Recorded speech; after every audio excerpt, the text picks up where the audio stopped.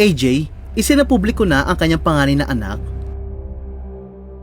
AJ Rabal, may isa palang panganay na anak na ikinagulat ng marami. Nagkagulo ang social media matapos mag-post ang aktres na si AJ Rabal ng isang larawan na agad na naging viral at ikinabahala ng libo-libong followers niya. Sa Facebook post, makikita si AJ na nakangiti habang nakakandong sa kanya ang isang binatilyong lalaki. Ang mas nakakabigay ng tanong ay ang caption na "Meet my eldest son." Dahil kilala ang aktres sa pagiging open tungkol sa kanyang personal na buhay, lalo na tungkol sa pagiging ina, mabilis na kumalat ang spekulasyon.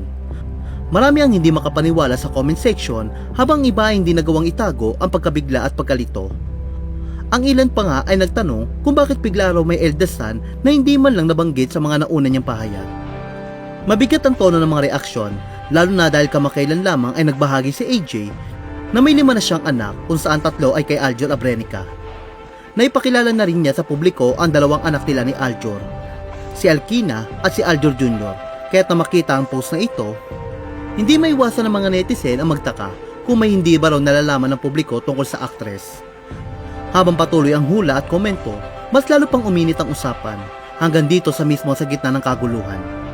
Lumabas sa mga nakakiliting komento ng mga alertong followers na nagbigay linaw sa lahat.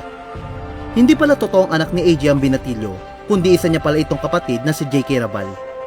Mabilis na kumalat sa comment section ang pagsagot ng mga netizen. Brother niya yan si JK Rabal.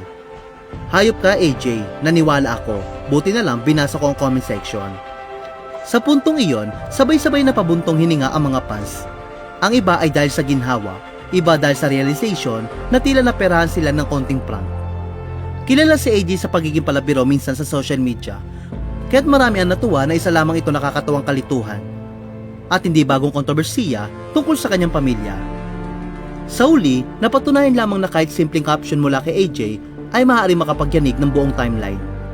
At gaya na maraming beses na, muling naipakilala sa internet ang isang miyembro ng pamilya Rabal hindi bilang anak, kundi bilang kapatid niyang si JK na napagkamanan pa ng maraming bilang eldest son. Dahil siguro sa pagiging close nila sa isa't isa bilang magkapatid, at tila si AJ na rin ang tumayong ina kay JK.